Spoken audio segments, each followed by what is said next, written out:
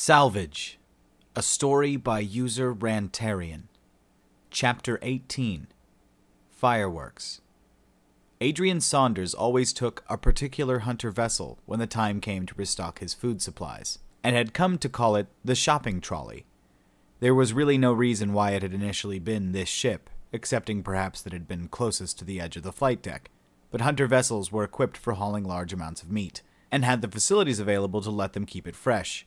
He knew these facilities had previously been used by the hunters to keep the flesh of sapients in, but that hadn't bothered him after he'd given it a good scrub. Not like it had bothered the others. He always kept the cloaking system activated, just in case he came up against something he really didn't want to deal with. But today he was also scanning for other vessels in a way that would allow anyone who was also looking for active scans to find him. It was important that he find someone to inoculate Jen before she went and caused an outbreak somewhere else. He had already been out one more time to flush the ship that she had been on before. He had considered sending the ship, full of plague corpses, straight into hunter territory, but he hadn't been ready to start engaging in bio-warfare. You never knew where a weapon like that could spread to, and the hunters weren't ones to go down without taking a lot of innocent people with them. Today was focused on food gathering, however, and he still visited Afrag for that purpose as he already knew what was worth eating there. A straightforward run, with likely the fruitless search for the other ships directly after. He dropped out of warp straight into low orbit, and his scanners lit up on a dozen scouts throughout the system. His active scanners pinged them all before he could shut them off. "Shit!" he cursed, switching the scanners back to passive. "Fuck! Shit! Fuck!" It felt good to swear freely again. He'd been doing his best to keep a civil tongue since Jen had arrived, a holdover from his upbringing that tolerated no foul language in the company of women. His father had not been a good man, but that was one rule that Adrian couldn't fault him on. He clenched his teeth into a frustrated grimace as the detection systems started reporting active scans pounding the shopping trolley. "Can't go back to the Zardasil like this," he said to the ship, although it was not about to respond. "There's not even a way to send a proper fucking message to Jen." He looked down at the planet, marking out the familiar land masses, marking out the places where the clouds were heaviest. It looked as though it was time for some more camping, but if he was going to be expecting company, he figured he'd make sure they knew they were unwelcome. He just hoped that nothing happened to Jen or the Zardasil while he was away. Cheer had borrowed a vessel after lodging a fake flight plan with the administration. It was a small vessel, capable of accommodating both himself and Tricor, but was expensive enough that once upon a time he would have balked at the cost. He'd have balked at it now, if he hadn't known where to find a medium-sized fortune in unused hunter ships and known a guy who'd buy just about anything. "We're going to start by looking at Kurdiddle and tracing a direct line back towards Afrag," he had explained to Tricor. "My hope is that we'll find the Zardasil somewhere along that path. We'll just need to keep hopping in short distances." "Tiresome," Tricor had replied, "but I see your reasoning. Do you think we will find it?" "I hope so," Cheer replied. If only for the sake of his own bank account he hoped so. At this point, having Adrian alive on the Zardasil would be a happy bonus. "Me too," she said. "If the Zardasil had been destroyed around Afrag, it would have left a lot of debris, and it didn't dump into Kurdiddle along with the hunter ship. A lot of sensors would have gone off if anything the size of the Zardasil had passed through inhabited zones. And even if the military tried to black it out, there's no way they could keep it entirely secret."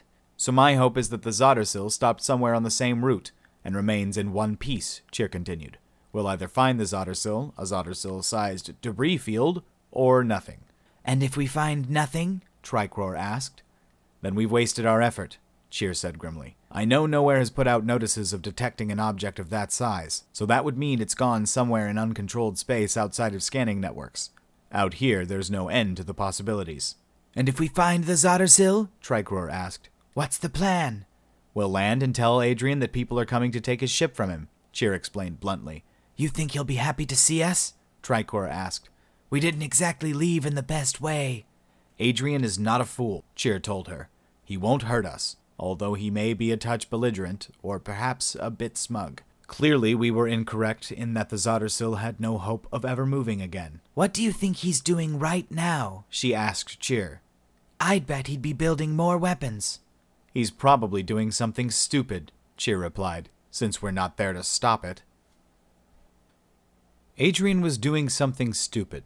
He was flying through Afrag's lower atmosphere and periodically actively pinging the vessels in the system. By now, they'd have recognized his vessel as not having any business there, although whether they'd know it was a hunter ship was another matter. There were two possibilities.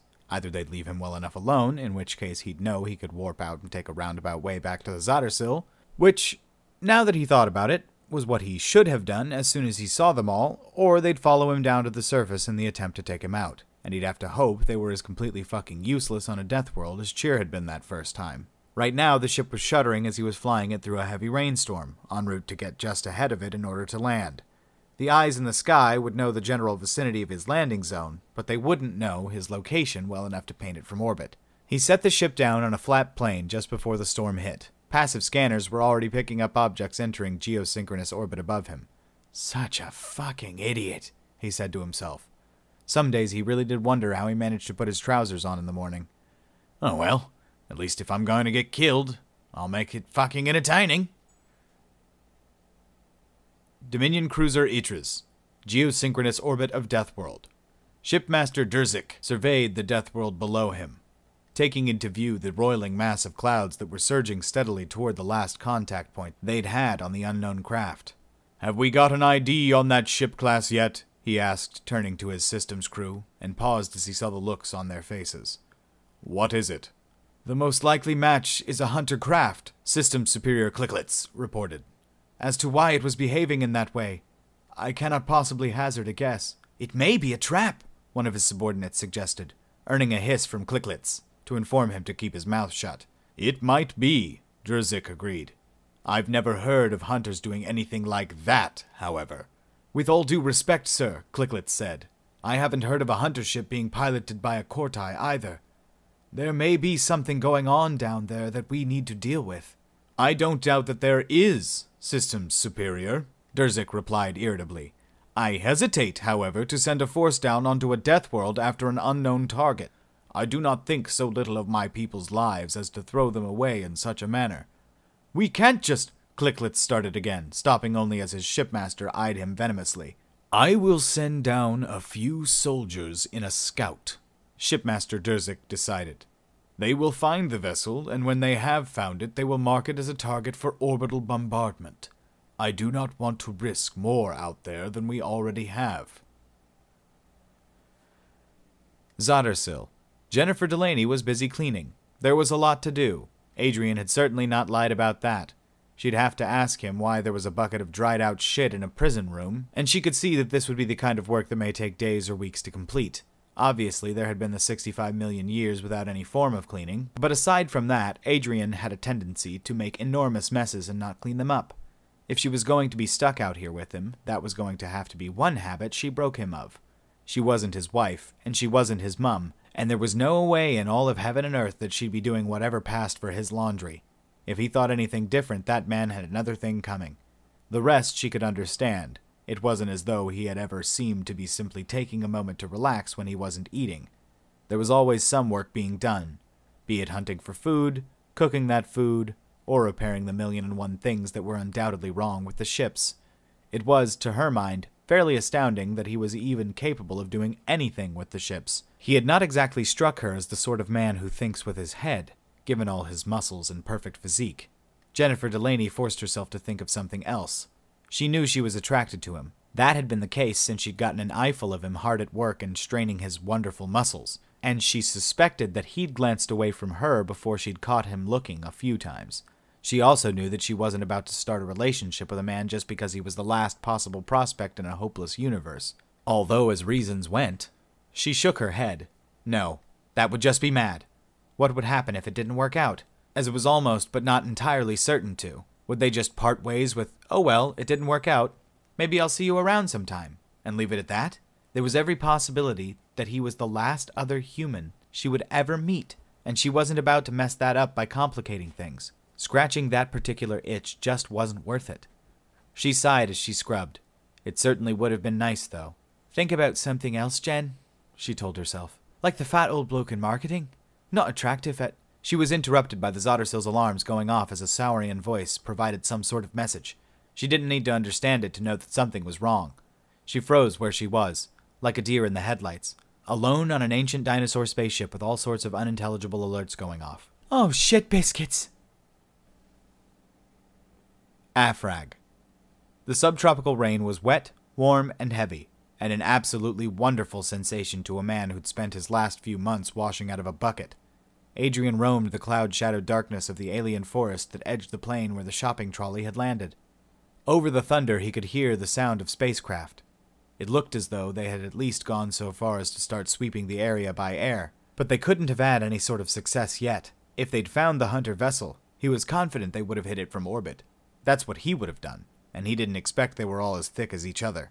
He was about to give up on them ever coming to ground when a transport lander finally descended from the clouds, sending them roiling around its bulk as it slowed its descent.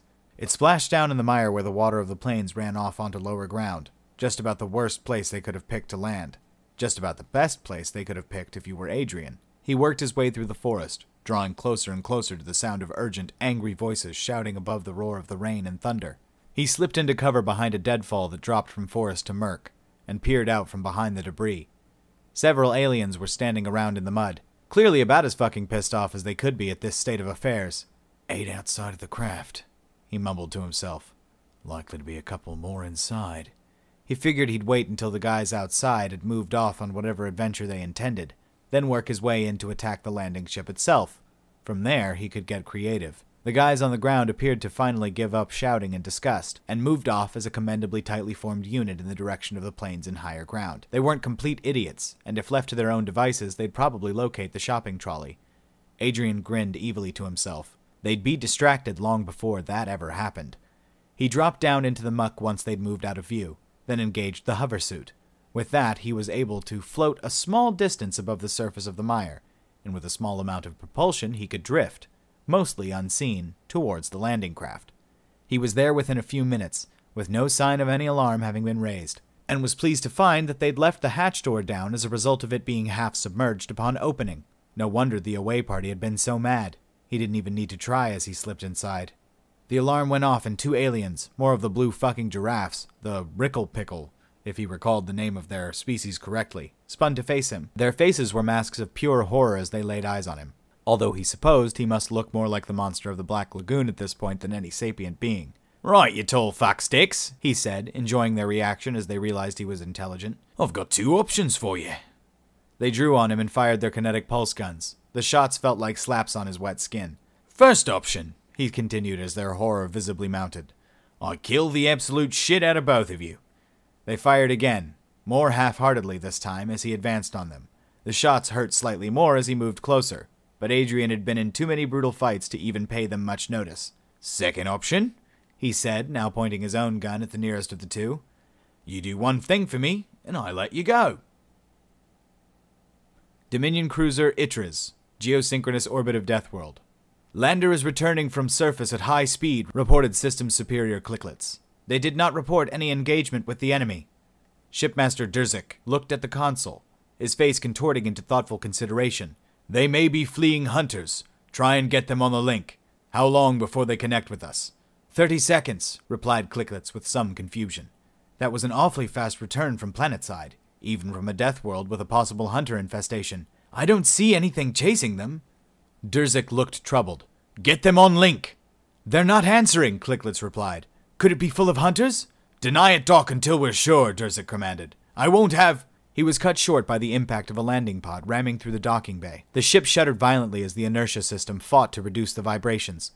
All manner of alert began to sound as the ship detected damaged system after damaged system. But they didn't need the damage system report. The view screen told enough of the story that they could guess the rest. A section of the hull had been cleaved away by the force of the blow, and air, plasma, and debris gouted from the broken part of the ship. "We've been hit by the lander!" Durzik spat angrily. "Somebody shot us with our own landing craft! What's the damage?" "We're damaged, with several key systems crippled," Clicklets relayed. "We'd never stand up to a hunter attack right now. Sir, I suggest we warp out." "I don't want to leave those men behind," Durzik told him. "I won't leave them behind, System Superior." Clicklets felt heavy with the knowledge of what he needed to do. "Sir," he said slowly, "it is likely that your son is already dead." Durzik's expression darkened. "This is not about my son," he said through clenched teeth. "This is about leaving men behind." "I understand, sir," Clicklets continued. He had expected this excuse, but did not relish what he did now. "In that case, I must relieve you of your command." All right, guys. I tricked you on that last one. I decided I was going to do one more today, just for you guys for being so patient with me this week and for all the well wishes of my mom and everything like that. You guys have been really great. You've been wonderful and supportive, and yeah, it's just been a lot of fun lately, guys. I really appreciate all of you. Thank you so much for spending this time with me, and I will see you in the next one. Bye, guys.